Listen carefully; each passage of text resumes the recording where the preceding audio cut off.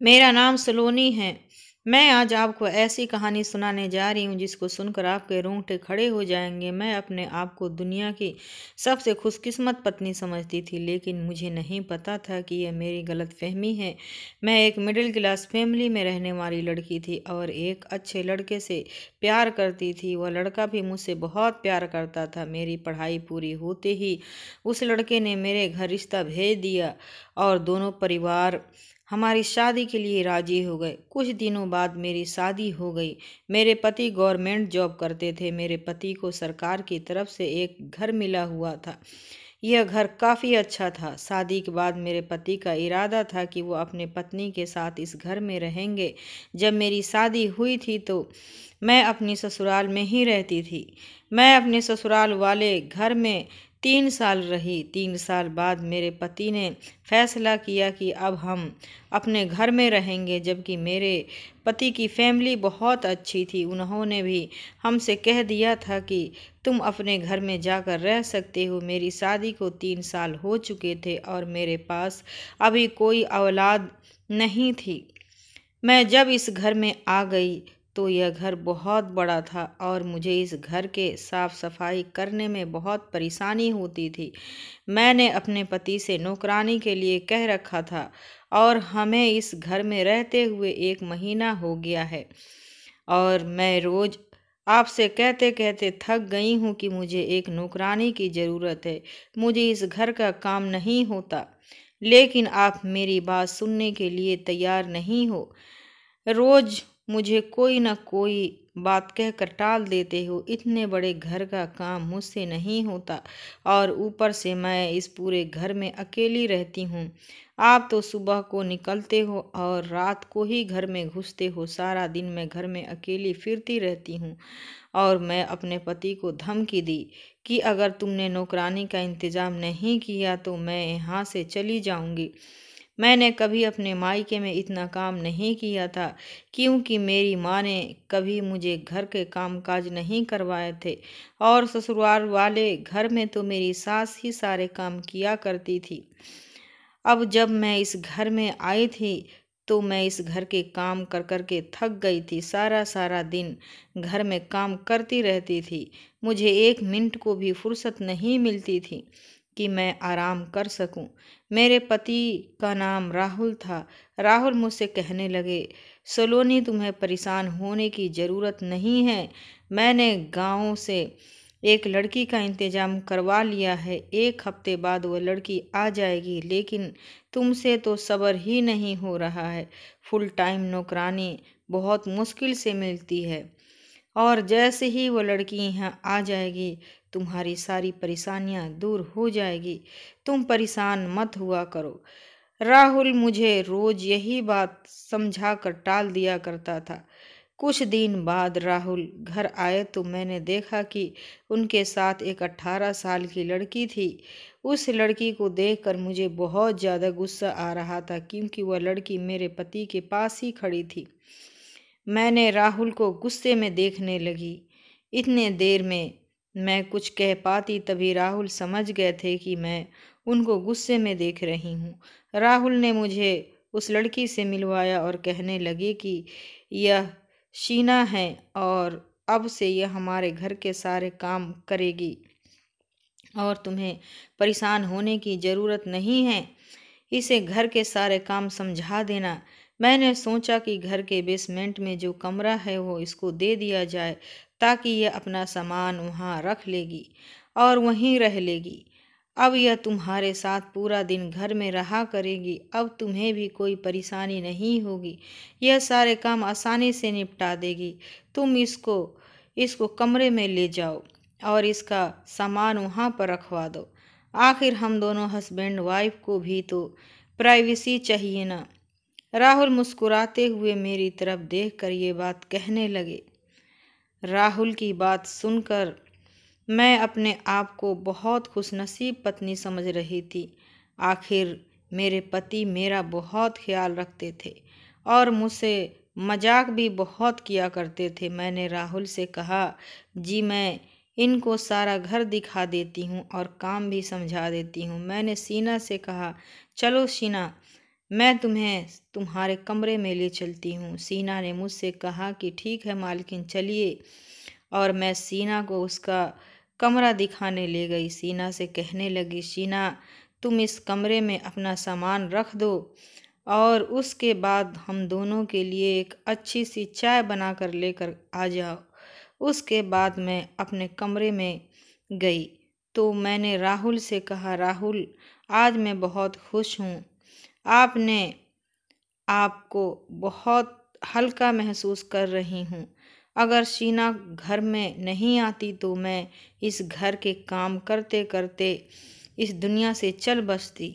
मेरी यह बात सुनते ही राहुल हंसने लगे और कहने लगे, अच्छी बात है ना, तुम्हारे इस दुनिया से जाते ही मुझे दूसरी शादी करने का मौका मिल जाएगा। वैसे भी तुम्हारे जीते जी तो ये सब कुछ नामुमकिन ही है। दूसरी शादी के बारे में तो मैं सोच ही मेरा दिल तो नाचने लगता है।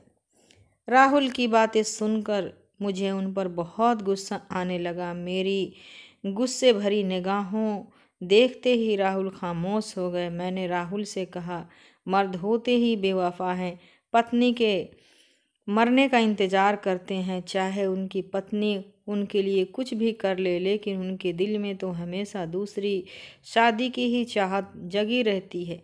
मर्दों की इज्जत रास नहीं आती। मैंने राहुल को अच्छी खासी बातें सुना दी थी, क्योंकि यह पहली बार नहीं था। राहुल ऐसे ही मुझसे छेड़छाड़ और मजाक करते रहते थे। राहुल को आदत थी मुझे छेड़ने की और मुझे चिढ़ाने की। उनको बहुत अच्छा लगता था जब मैं उनकी ऐसी बेतुकी बातों पर गुस्सा किया करती थी। राहुल ने मुझसे कहा कि तुम तो बेवजह ही गुस्सा करती हो। तुम जानती हो कि इस घर में तुम्हारे अलावा मेरे पास कोई नहीं है जिससे मैं मजाक कर सकूं। और शायद तुम ये नहीं जानती कि मैं तुमसे कितनी मोहब्बत करता हूँ। तुम्हारे अलावा किसी के तरफ नज़र उठाकर भी नहीं देख सकता, फिर भी तुम इस तरह की बातें कर रही हो। मर्द बेवफा नहीं होते, बल्कि औरतें उन पर शक करने और उनको बेवफा बना देती है। और असल में तो उसकी दूसरी शादी के पीछे पत्नी का ही तो हाथ होता है। राहुल की बातें सुनकर मैं राहुल को घूरने लगी। तभी राहुल हंसने लगे और कहने लगे, अच्छा पागल, मैं तुमसे बहुत प्यार करता हूँ, ऐसी बातें मत किया करो और गुस्सा मत किया करो। गुस्से में तुम और भी ज़्यादा खतरनाक लगती हो। उनकी यह बात सुनते ही मेरी भी हंसी निकल गई थी और हम दोनों एक दूसरे के साथ बहुत खुश थे। मेरे पति राहुल मुझसे कहने लगे, लगता है आज हम बातों से ही पेट भरेंगे। अरे मुझे बहुत तेज भूख लगी है, कुछ खाने का इंतज़ाम तो करो। मैंने कहा, ओहो राहुल, मैंने तो आज खाना बनाया ही नहीं। भूख से मेरा बुरा हाल हो रहा है और तुम्हें झगड़ने के अलावा दूसरा काम ही नहीं है। आज का सिर्फ बातों से ही पेट भर आएगी। राहुल की बातें पूरी नहीं हुई थी कि इतने देर में ही दरवाजे पर शीना ने दस्तक दी और कहने लगी, मालकिन खाना तैयार हो गया है। हम दोनों ने हैरानी से शीना की तरफ हंस कर देखने लगे। अपनी लड़ाई में हम दोनों ये भी भूल गए थे कि हमने तो नौकरानी भी रख ली है। सीना हमें हंसता हुआ देखकर हमारी तरफ हैरानी से देखने लगी। मैंने सीना से कहा, तुम जाओ टेबल सेट करो और हम आते हैं। मुझे देखकर सीना ने सर हिलाया कर वहाँ से चली गई। मैंने राहुल से कहा, राहुल, हमें इस लड़की को अपने घर में नहीं रखना चाहिए था। आखिर इस जवान लड़की की वजह से हमारे ऊपर कोई प्रॉब्लम ना आ जाए। ऐसे किसी पराई लड़की को अपने घर में रखना कहीं मुश्किल ना बन जाए। इसको यहाँ लाने से पहले आप एक बार मुझसे तो पूछ सकते थे। अगर आप मुझसे पूछ लेते तो मैं कभी भी जवान लड़की को यहाँ रखने की इजाज़त नहीं देती। मेरी बात सुनकर राहुल हैरानी से मेरी तरफ देखने लगे और कहने लगे, मुझे तो लगता है कि तुम अकेले इस घर में रह रह कर पागल हो गई हो।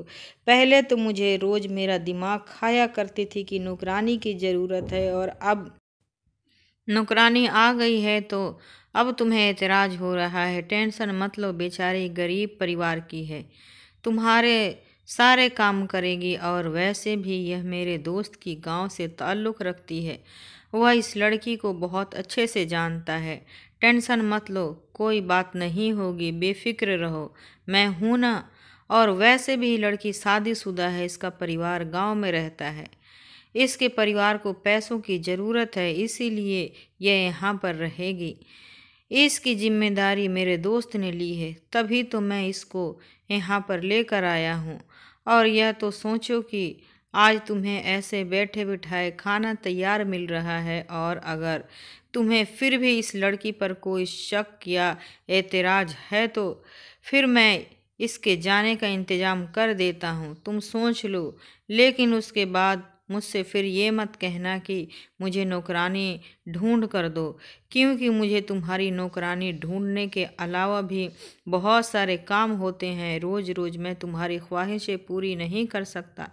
मैंने राहुल से कहा कि बस बस राहुल, बहुत हो गया, अभी मैं इस लड़की को 2-3 दिन रख देख लेती हूँ, इस लड़की के लाल चाल चलन कैसे हैं, और फिर इसको लेकर अपना दिल पक्का कर लेती हूँ, तब जाके मैं इसको परमानेंट रखूँगी। और अब चलो खाना खा लेते हैं, खाना ठंडा हो जाएगा। ये कहकर राहुल और मैं नीचे आ गए। आकर देखा तो टेबल बहुत अच्छे सलीके से सजी हुई थी। खाने की टेबल देखकर ऐसा लग रहा था जैसे हम किसी होटल में खाना खा रहे हैं।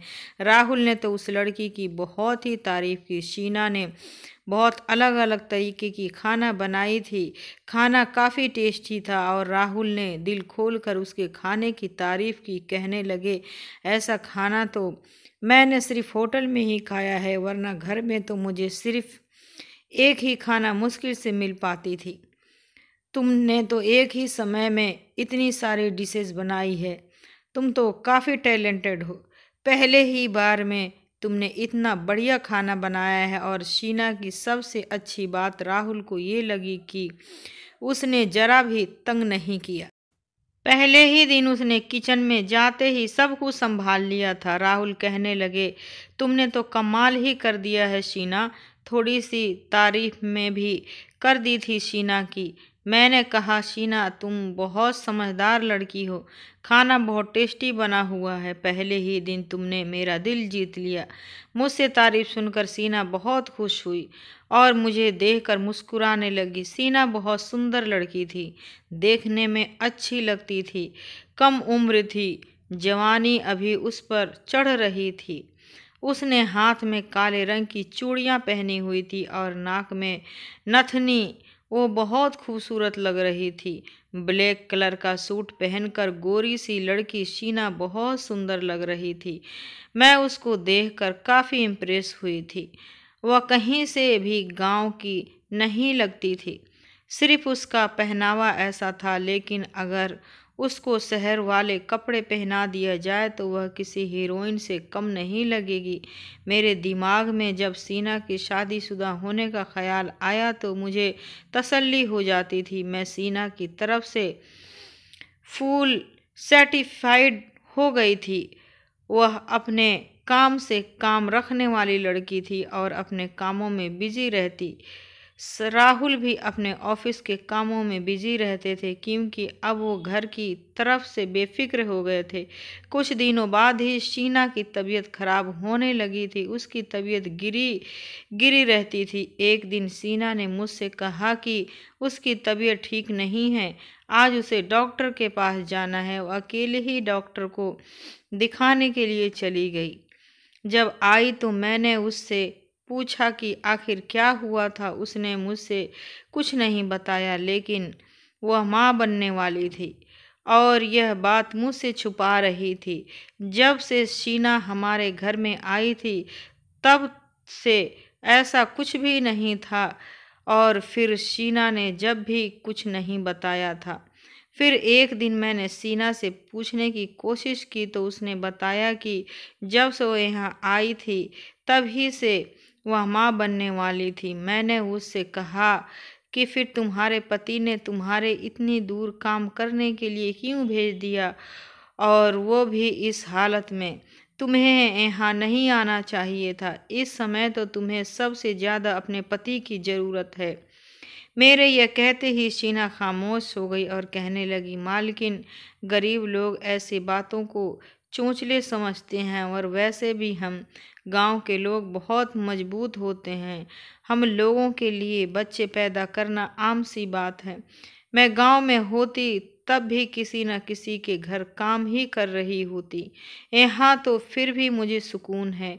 आप और मालिक बहुत अच्छे हैं। कम से कम मुझे किसी की बातों में नहीं सुनने को मिलती है और फिर यहाँ पर मुझे तनख्वाह भी अच्छी मिलती है। मैं अपनी डिलीवरी के लिए पैसे जमा कर लूँगी और अपनी डिलीवरी इसी शहर में करवाऊँगी और बच्चा पैदा करने के लिए गांव के अस्पताल नहीं जाऊँगी। वहाँ के अस्पतालों से तो मुझे बहुत डर लगता है। और आप फिक्र मत करो, मेरी वजह से आपको कोई तकलीफ़ नहीं होगी। मैं आखिर तक सारे काम इसी तरह से करूँगी जैसे करती हूँ। बस 2-3 दिन के ही तो बात होगी, तीसरे दिन फिर काम पर लग जाऊँगी। कुछ देर तक तो शीना इतनी देर तक बोलती रही कि उसने मुझे अपनी सारी ही कहानी सुना डाली। उसकी बातों में मैं सहमत हो गई थी, लेकिन मैं सोच रही थी कि राहुल ने मुझे यह बात क्यों नहीं बताई कि शीना माँ बनने वाली है। जैसे ही रात को राहुल घर आए तो मैंने उनसे पूछा कि आपको आपके दोस्त ने यह नहीं बताया था कि शीना माँ बनने वाली है? क्या फिर तुम्हारे दोस्त ने तुम्हें बताना ठीक नहीं समझा? वैसे मुझे भरोसा है तुम्हें इस बारे में पता नहीं होगा, क्योंकि अगर तुम्हें पता होता तो तुम मुझे ज़रूर बताते। और अगर तुम्हें पता है तो तुमने मुझे क्यों नहीं बताया? क्या तुम मुझसे बातें तो छुपाने नहीं लगे हो? राहुल मेरी तरफ हैरानी से देखने लगे और कहने लगे, क्या शीना माँ बनने वाली है? आखिर यह बात मुझे कैसे पता होगी? मैं तो आज तुम्हारे मुंह से ये बातें सुन रहा हूँ और मैं तुमसे कोई बातें नहीं छुपाता, लेकिन तुम मुझ पर बेवजह शक करने लगी हो। मुझे तो समझ नहीं आता कि तुम शीना को लेकर हमेशा मुझसे सवाल जवाब क्यों करती रहती हो। अगर उसके बारे में जानने का इतना ही शौक है तो उसी से क्यों नहीं पूछ लेती हो?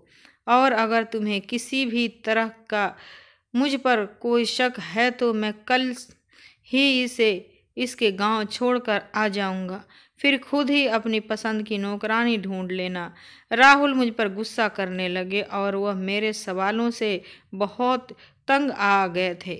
एक तो वह रात को ऑफिस से थके हारे आते थे और आते ही मैं उनसे कोई ना कोई बात पूछ ही लेती थी। वह मुझे कई बार समझा चुके थे कि तुम शीना के बारे में ज़्यादा मत सोचा करो, वह अच्छी लड़की है, लेकिन पता नहीं क्यों मुझे अपने पति पर शक होने लगा था। ऐसा लगता था जैसे मुझे उन पर शक करने की आदत सी हो गई है। उनका कहना था कि तुम्हें कुछ भी समझना बेकार सी बात है, क्योंकि कोई भी बात तुम्हारी समझ में नहीं आती है और तुम्हें सीधी बात का गलत मतलब निकाल लेती हो। मैंने राहुल से कहा, राहुल मैं तो बस ऐसे ही कह रही थी कि इसकी सारी जिम्मेदारी मुझ पर आ जाएगी। मैंने तो यहाँ इस लड़की को अपने कामों के लिए रख लिया है। लगता है कि अब उल्टा मुझे घर के काम करने पड़ेंगे और साथ साथ उसकी भी देखभाल करनी होगी। और मुझे पहले ही इसके बारे में पता होता तो मैं कभी भी इस लड़की को इस घर में नौकरानी पर नहीं रखती। किसी तरह ये बात खत्म हो गई थी और हम दोनों लड़ झगड़ कर सो गए। सुबह जैसे ही मैं बेड से उठी, मैंने खड़े होने के लिए ज़मीन पर पैर रखा तो अचानक ही मुझे चक्कर आ गए और मैं गिरने लगी। उस समय राहुल भी घर पर नहीं थे। उन्होंने मेरी तबीयत को बिगड़ते हुए देखा तो कहने लगे कि चलो मैं तुम्हें डॉक्टर के यहाँ लेकर चलता हूँ। वह मुझे डॉक्टर के पास लेकर गए। डॉक्टर ने एक ऐसी खबर सुनाई थी जिसको सुनकर हम खुशी से पागल हो गए थे। डॉक्टर ने बताया कि मैं माँ बनने वाली हूँ। यह खबर सुनकर मेरे पति तो पैर जमीन पर ही नहीं थे, होते भी क्यों नहीं। आखिर उनको 3 साल बाद औलाद की खुशी मिल रही थी। शादी के बाद मैंने काफ़ी इलाज करवाए थे, लेकिन मुझे किसी भी डॉक्टर की दवाई से कोई फ़र्क नहीं होता था और राहुल के सर पर बच्चों का जुनून सवार था। लेकिन कभी मेरे पति ने मुझसे कोई ऐसी वैसी बात करके मुझे शर्मिंदा नहीं किया था। मेरे पति को ऐसा लगता था जैसे हमारी शादी को बहुत साल हो गए हैं। लोगों के बच्चे तो 10 साल में भी नहीं होते, लेकिन मेरी शादी को तो अभी 3 साल ही हुए थे। इतने कम दिनों में भी वह बच्चे को अडॉप्ट करने की राजी हो गए थे, लेकिन उनके दोस्त उनको यह समझाते थे कि नहीं, अपना खून अपना ही होता है। सिर्फ अपने दोस्तों की इस बात से ही सोच समझकर काम लेते थे और अपने ही खून का इंतज़ार कर रहे थे। अब जब उनको यह खुशी मिली तो वह अपनी खुशी को शब्दों में बयां नहीं कर पा रहे थे। इसी खुशी को सुनते ही राहुल ने पूरे अस्पताल में मिठाइयाँ बंटवा दी। जैसे ही राहुल घर पर आए तो उन्होंने शीना को भी यह खबर सुनाई और उससे कहने लगे, तुम्हें अपनी मालकिन का बहुत ख्याल रखना है। राहुल मुझसे कहने लगे, देखो, तुम यहाँ बैठो और तुम्हें बेड से एक कदम भी ज़मीन पर रखने की ज़रूरत नहीं है। राहुल कह रहे थे कि मुझे तो समझ ही नहीं आ रहा है कि मैं अपनी इतनी बड़ी खुशी को कैसे सेलिब्रेट करूं। राहुल मुझसे कहने लगे, तुम्हें सिर्फ सीना से अपना काम लेना है और तुम उसके बारे में मत सोचो। वह गांव की पली बड़ी लड़की है, उसको तो आदत है यह सब कुछ करने की। वहाँ की औरतें तो इस हालत में घर के 10 काम कर लेती हैं और तुम मेरी बात कान खोल कर सुनो। तुम्हें सिर्फ अपना ख्याल रखना है और मैं शीना से भी कह दे आता हूँ कि वह सिर्फ तुम्हारा ख्याल रखे। तुम्हें किसी चीज़ की भी कमी नहीं होनी चाहिए। राहुल मुझे बहुत प्यार से समझा रहे थे। उनका इतना प्यार देखकर मेरी आंखों में आंसू आ गए। वह मुझसे बहुत मोहब्बत करते थे। मैं तो अपने आप को बहुत खुशकिस्मत पत्नी समझती थी। आखिर मुझे इतना प्यार करने वाला पति जो मिला था। ऐसा लग रहा था जैसे जिंदगी की सारी खुशियां मेरे कदमों में आकर गिर गई हैं। मैं दुनिया की दूसरी बातें भूलकर बस अपने आने वाले नए मेहमान की तैयारियां करना चाहती थी। लेकिन जब से शीना ने इस खुशखबरी के बारे में सुना था, उसका मूड ऑफ सा रहने लगा था। ना जाने क्यों वह कहीं खोई हुई रहती थी। फिर मैं सोचकर अपना ध्यान भटका लिया करती थी कि शायद वो मेरे पति को मेरा ख्याल रखता हुआ देखकर सोचती होगी कि काश मेरा पति भी मेरा ख्याल रखने के लिए मेरे साथ होता, क्योंकि मेरे पति बहुत मेरा ख्याल रखते थे। ज़बरदस्ती मुझे अपने हाथों से खाना खिलाते और मेरी हर छोटी छोटी ज़रूरत का ख्याल रखते। बाकी शीना को तो कोई पूछने वाला ही नहीं था। शीना की डिलीवरी का टाइम करीब आने वाला था, जबकि मेरी डिलीवरी में अभी काफ़ी महीने थे। राहुल मेरी गोद भराई की रस्म करना चाहते थे, इसीलिए उन्होंने मेरी ससुराल वालों को और मायके वालों को घर पर इनवाइट कर दिया था। यह सब कुछ देखकर शीना बहुत बुझी बुझी सी रहती थी, बस चुपचाप अपने कामों में बिजी रहती थी और मुझे अपने बच्चे की अपनी इतनी खुशी थी कि मैं शीना की तरफ ध्यान देना कम कर दिया था। जिस दिन मेरी गोद भराई की रस्म थी, उस दिन पूरे परिवार ने इकट्ठा होकर मुझे बधाई दी। सभी लोग बहुत खुश थे। सब ने खाना खाया और खाना खाने के बाद बस एक साथ बैठकर बातें कर रहे थे। मेरी ससुराल वालों का कहना था कि मेरा यहाँ पर अब अकेले रहना ठीक नहीं है, लेकिन राहुल ने उनसे कहा कि नहीं, वह मुझे अपने साथ इसी घर में रखना चाहते हैं। उनकी जिद के सामने सारे घर वाले खामोश हो गए। सब लोग जानते थे कि राहुल बहुत जिद्दी है, इसीलिए उन्होंने राहुल को ज़्यादा समझाना ठीक नहीं समझा। सब लोग आपस में बैठे हुए बातें कर रहे थे कि इतनी ही देर में कुछ ऐसा हुआ जिसको देखकर सबके रोंगटे खड़े हो गए और खुशी का माहौल गम में बदल गया। पता ही नहीं था कि अचानक बैठे बिठाए कुछ ऐसा हो जाएगा कि सारी खुशियाँ दुख का रूप ले लेंगी। शीना सबके लिए चाय बनाकर सीढ़ियों के नीचे उतर ही रही थी कि अचानक से सीढ़ियों से उसका पैर फिसल गया और वह सीढ़ियों से नीचे गिरकर बेहोश हो गई। उसके सर से काफ़ी खून भी बह रहा था। तभी राहुल उसे अस्पताल लेकर गए और राहुल ने किसी को भी अपने साथ जाने से नहीं दिया। उनका कहना था कि इस तरह मामला काफ़ी बिगड़ सकता है, इसीलिए किसी का जाना ठीक नहीं होगा। राहुल को गए हुए बहुत देर हो गई थी और मेहमानों को भी अपने घर वापस जाना था। मैंने सारे मेहमानों से कहा कि आप लोग बेफिक्र होकर चले जाइए, राहुल कुछ ही देर में आ जाएंगे। मेरी कुछ देर पहले ही फ़ोन पर बात हो गई है और सब कुछ बिल्कुल ठीक है, परेशान होने की कोई ज़रूरत नहीं। यह बात सुनकर वह जाने के लिए तैयार हो गए और मेरी सास ने मुझसे कहा कि सलोनी बेटा, अपना बहुत ख्याल रखना और जैसे ही राहुल घर पर आ जाए तो हमें फ़ोन करके बता देना। और हाँ, तुम अपनी नौकरानी को उसके घर भेज दो, बेचारी अब पूरे दिनों से है, उसे आराम की ज़रूरत है। तुम्हारी तबीयत तो भी ख़राब है, उसकी टेंशन लोगी तो अपनी तबीयत और भी ज़्यादा ख़राब कर लोगी। उसके पति को बुलाओ और उसे वापस भेज दो और कहना कि डिलीवरी के बाद उसे खुद आकर यहाँ पर छोड़ जाए।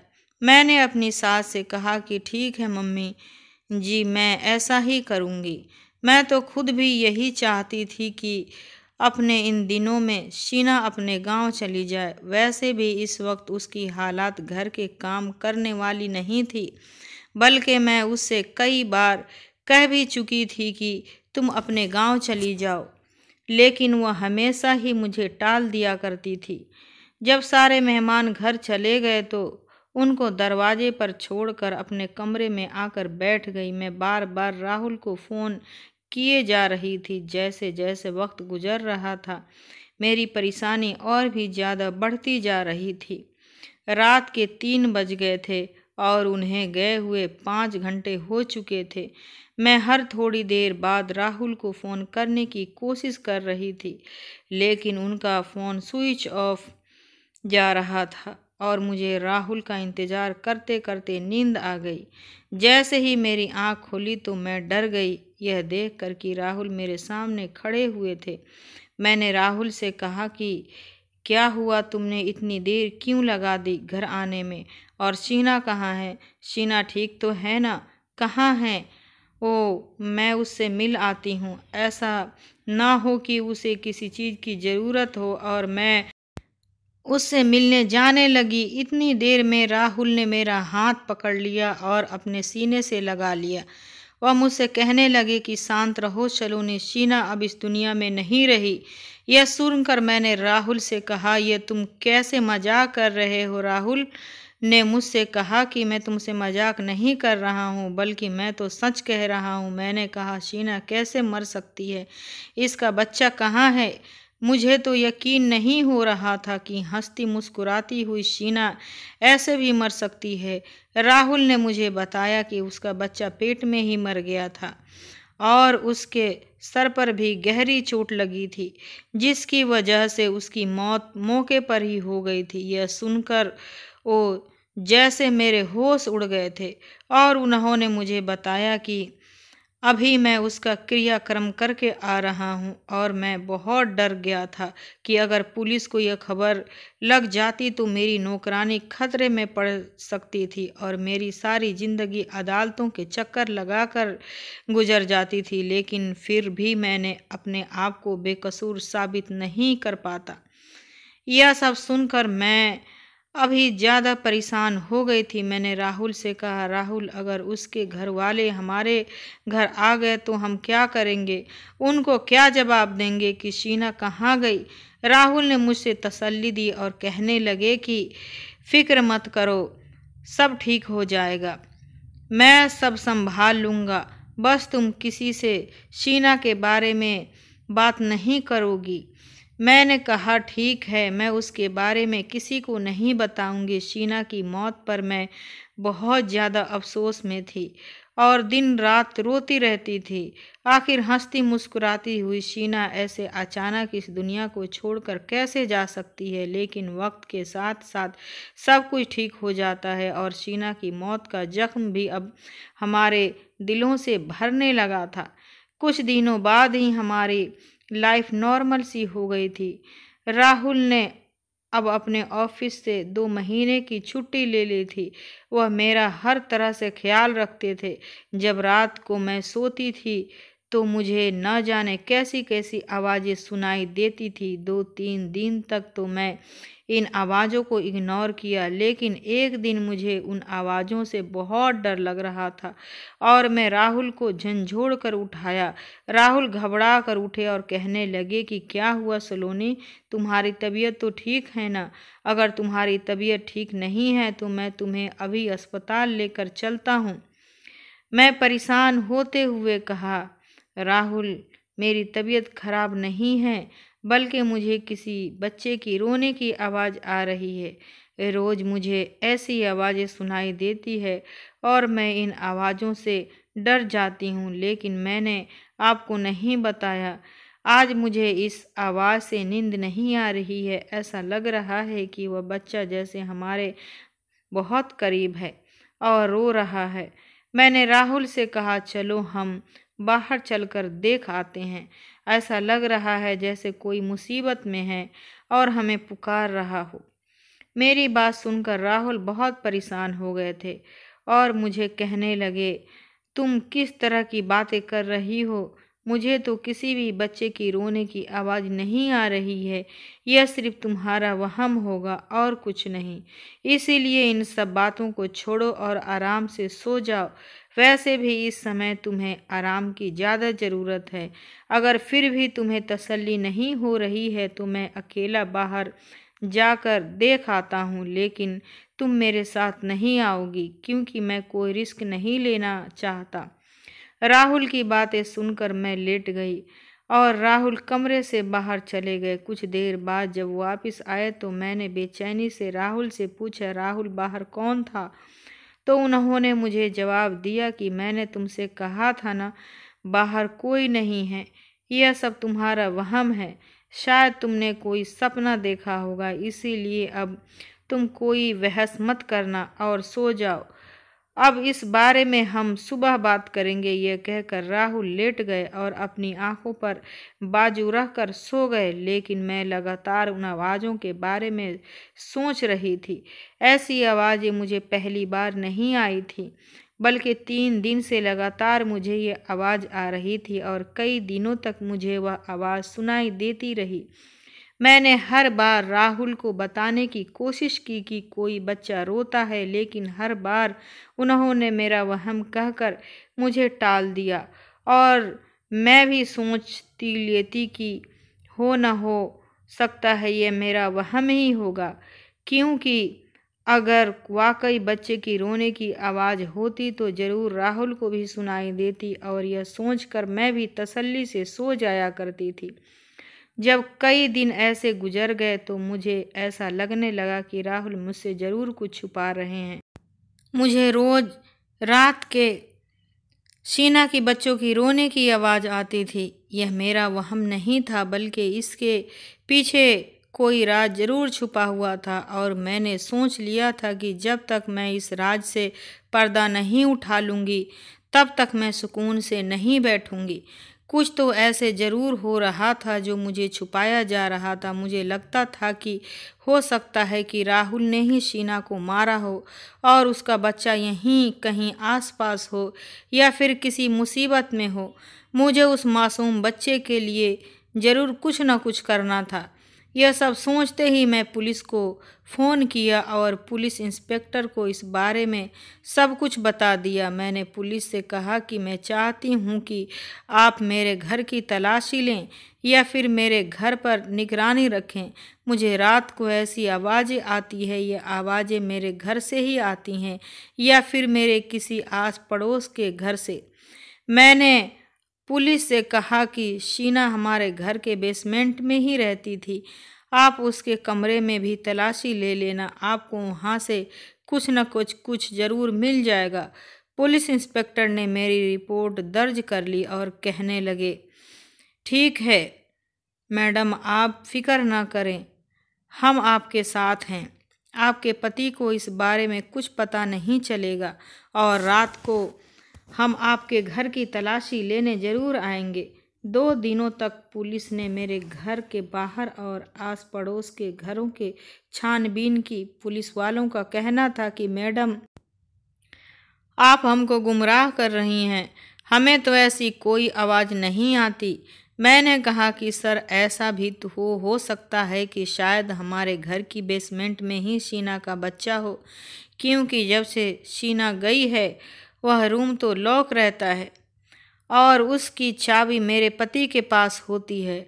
अगर मैं अपने पति से ज़्यादा सवाल करूंगी तो वह मुझे गलत समझेंगे, इसीलिए यह कैसे आप अपने हिसाब से हैंडल कर लीजिए। फिर रात को जब पुलिस हमारे घर आई और उन्होंने राहुल से कहा कि हमें आपके घर की तलाशी लेनी है। राहुल कहने लगे, आपको क्यों हमारे घर की तलाशी लेनी है? आखिर हमारे घर में ऐसा क्या है? पुलिस वालों ने कहा कि हमने आपके आसपास के घरों की भी तलाशी ली है, अब यहाँ सिर्फ आपका ही घर बचा है। अब हम आपके घर की तलाशी लेना चाहते हैं। सबसे पहले पुलिस ने बेसमेंट में जाने को कहा। अब पुलिस बेसमेंट में गई तो उन्होंने देखा कि रूम में ताला लगा हुआ था। उन्होंने राहुल से कहा कि राहुल जी, हमें इस कमरे की चाबी चाहिए, हम इस कमरे को खोलकर देखना चाहते हैं। इंस्पेक्टर के चाबी मांगने पर राहुल के चेहरे का रंग उड़ गया था और वह परेशान लग रहे थे। उन्होंने कहा कि इंस्पेक्टर साहब, आखिर क्या बात है, कुछ तो बताइए। मैं आपको ऐसे मेरे घर की तलाशी लेने नहीं दे सकता। आप मुझे जानते नहीं हैं, मैं कौन हूँ। पुलिस इंस्पेक्टर ने कहा, आप कोई भी हो, हमें इससे कोई मतलब नहीं। अगर आप हमें चाबी नहीं देंगे तो हम इस दरवाजे को तोड़ भी सकते हैं। आप हमें हल्के में लेने की कोशिश मत करिए।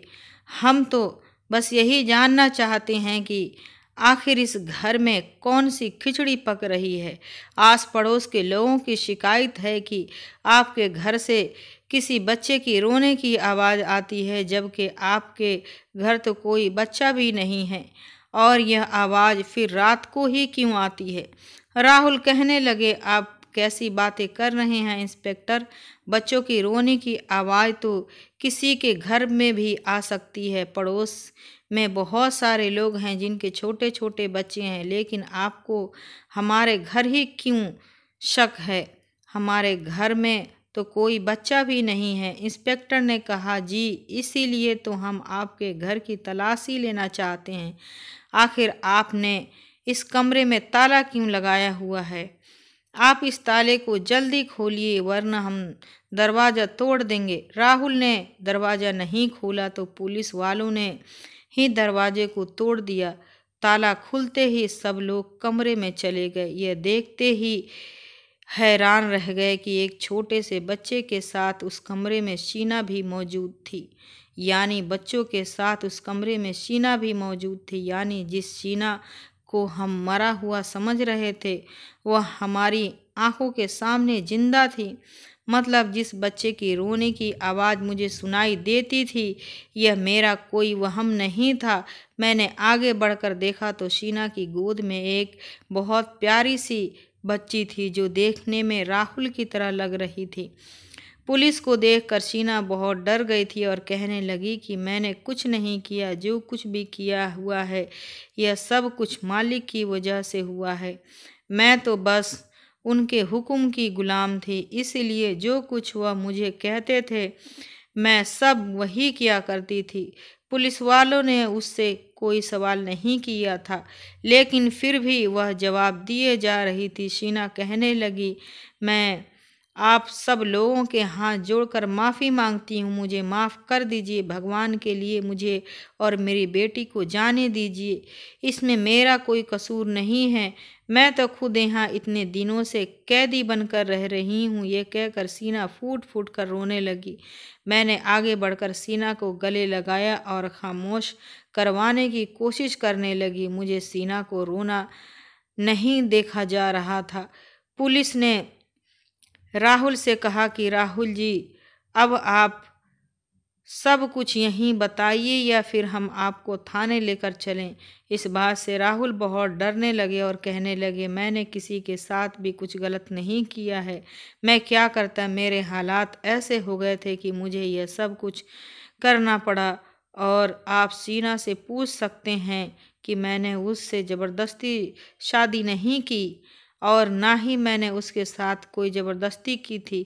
यह खुद अपने मर्जी से मुझसे शादी करके यहाँ आई थी। हाँ, ये बात सच है कि यह मेरी पत्नी है और इसकी गोद में जो बच्चा है वो मेरा है।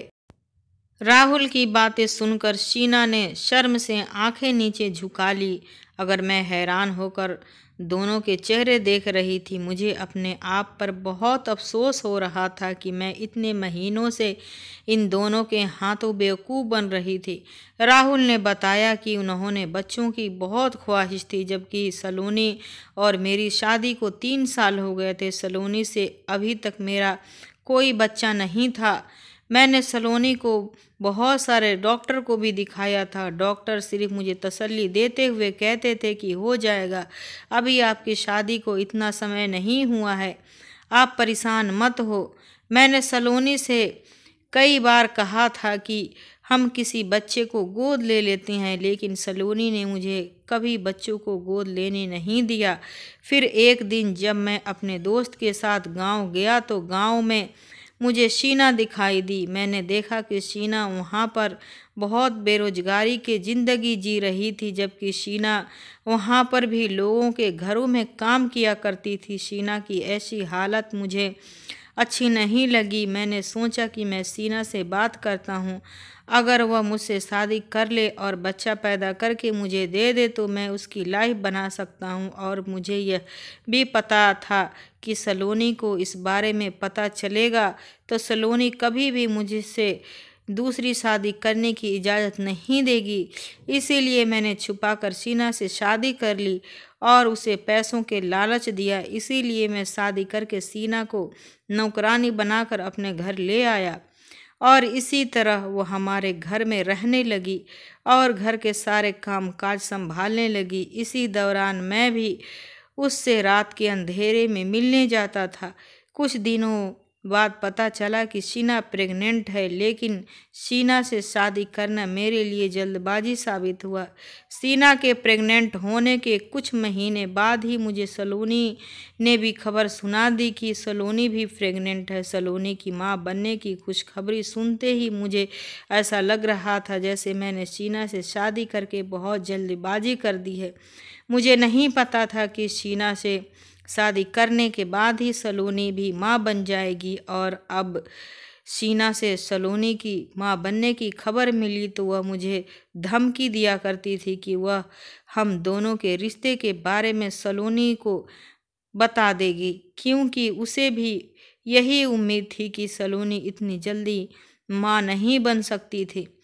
अपनी इस जल्दीबाजी से बहुत पछता रहा था, लेकिन मैं सलोनी से बहुत मोहब्बत करता हूँ। मैं सलोनी को कभी नहीं छोड़ना चाहता था और मेरी नीयत में नहीं था कि मैं सलोनी को धोखा दूं। और मैं सलोनी को नाराज़ करके पूरे खानदान को नाराज़ नहीं करना चाहता था। इसीलिए मैंने सोचा कि शीना को गायब करवा दिया जाए। और उस दिन जब सीढ़ियों से गिरकर शीना बेहोश हो गई तो मैंने सोचा कि इससे अच्छा मौका और कोई नहीं होगा। इसीलिए मैंने प्लानिंग करके शीना की मरने की झूठी खबर सलोनी को बता दी और शीना के मर जाने का ड्रामा किया और बेसमेंट के कमरे में चुपचाप शीना और उसकी बच्ची को लेकर बंद कर दिया। शीना मुझसे कुछ भी कह नहीं सकती थी, क्योंकि उसे पता था कि उसका और उसकी बच्ची को संभालने वाला मेरे अलावा कोई नहीं है। राहुल के मुंह से ये सारी सच्चाई सुनकर मुझे राहुल से नफरत होने लगी थी। पुलिस ने धोखाधड़ी के केस में राहुल को गिरफ्तार करना चाहा, लेकिन मैंने और शीना ने इस केस को वापस ले लिया था। इसलिए मजबूरन पुलिस को वापस खाली हाथ जाना पड़ा था। पुलिस के जाने के बाद शीना मेरे आगे हाथ जोड़कर खड़ी हो गई और कहने लगी, मालकिन मुझे माफ़ कर दीजिए, मैंने आपके साथ बहुत बुरा किया, लेकिन मैं भी क्या करती, मैं मजबूर थी और आप गरीबी भरी जिंदगी से तंग आ गई थी, इसीलिए मालिक की बातों में आकर इनके साथ चली आई। मेरे परिवार में खाने के लाले पड़े हुए थे, मुझे पैसों की ज़रूरत थी और मालिक को भी अपने बच्चे की ज़रूरत थी, इसीलिए मैंने अपने गरीबी भरी ज़िंदगी से छुटकारा पाने के लिए मालिक से शादी कर ली। आप फिक्र मत करिए, मैं आप पति पत्नी एक दूसरे के साथ खुश रहिए। मैं आप दोनों की ज़िंदगी से जा रही हूँ, क्योंकि मुझ में हिम्मत नहीं है कि मैं यहाँ रहकर आपका सामना करूं। शीना अपनी बच्ची को लेकर जाने लगी। मैंने राहुल की तरफ देखा तो राहुल के चेहरे पर एक्सप्रेशन से ऐसा लग रहा था कि वह चाहते हैं कि शीना हमारे घर से चली जाए। तभी मैंने शीना का हाथ पकड़ा और कहने लगी, शीना, तुम यहाँ से कहीं नहीं जाओगी, तुम यहीं मेरे साथ इस घर में रहोगी। तुम तो मासूम हो, सजा उसे मिलनी चाहिए जिसे ये सब कुछ किया है। मेरी तरफ देखकर राहुल शर्मिंदा होने लगे। आखिर राहुल ने हम दोनों के साथ बहुत गलत किया था। राहुल मेरे सामने खड़े होकर हाथ जोड़कर मुझसे माफ़ी मांगने लगे। मैंने राहुल की कोई बात नहीं सुनी और शीना का हाथ पकड़कर उसे अपने कमरे में ले गई। मैंने फैसला कर लिया था कि अब तक राहुल अपनी बेटी को स्वीकार नहीं कर लेते जब तक मैं उसे माफ़ नहीं करूंगी, क्योंकि मैं राहुल की तरह मतलबी नहीं थी। मैं चाहती तो उसी समय शीना को घर से बाहर निकाल सकती थी, लेकिन मैं उस बेकसूर के साथ नाइंसाफ़ी नहीं कर सकती थी और उन दोनों माँ बेटी के सर से इज्जत की छत नहीं छीन सकती थी। कुछ दिनों बाद ही राहुल ने अपनी बेटी को एक्सपेक्ट कर लिया था और मैं भी माँ बन गई थी। मैंने भी एक बेटी को जन्म दिया था। जिस दिन मेरी बेटी पैदा हुई थी उस दिन अचानक कि राहुल का हार्ट अटैक आया था। उस दिन राहुल भी अस्पताल में भर्ती थे। अचानक ही राहुल की इतनी तबीयत बिगड़ गई थी कि राहुल इस दुनिया से चले गए। मेरे ऊपर तो जैसे मुसीबत का पहाड़ टूट पड़ा था। अब तो अपनी बच्ची के सहारे जीती हूँ। राहुल ने मेरे साथ और शीना के साथ जो किया उसकी सज़ा उनको मिल चुकी थी। राहुल के मौत के बाद शीना अपनी बेटी को लेकर गांव चली गई। दोस्तों, वीडियो कैसा लगा कमेंट करके ज़रूर बताना। वीडियो को लाइक और मेरे चैनल को सब्सक्राइब ज़रूर कर देना। फिर मिलती हूँ आपसे अगले वीडियो में।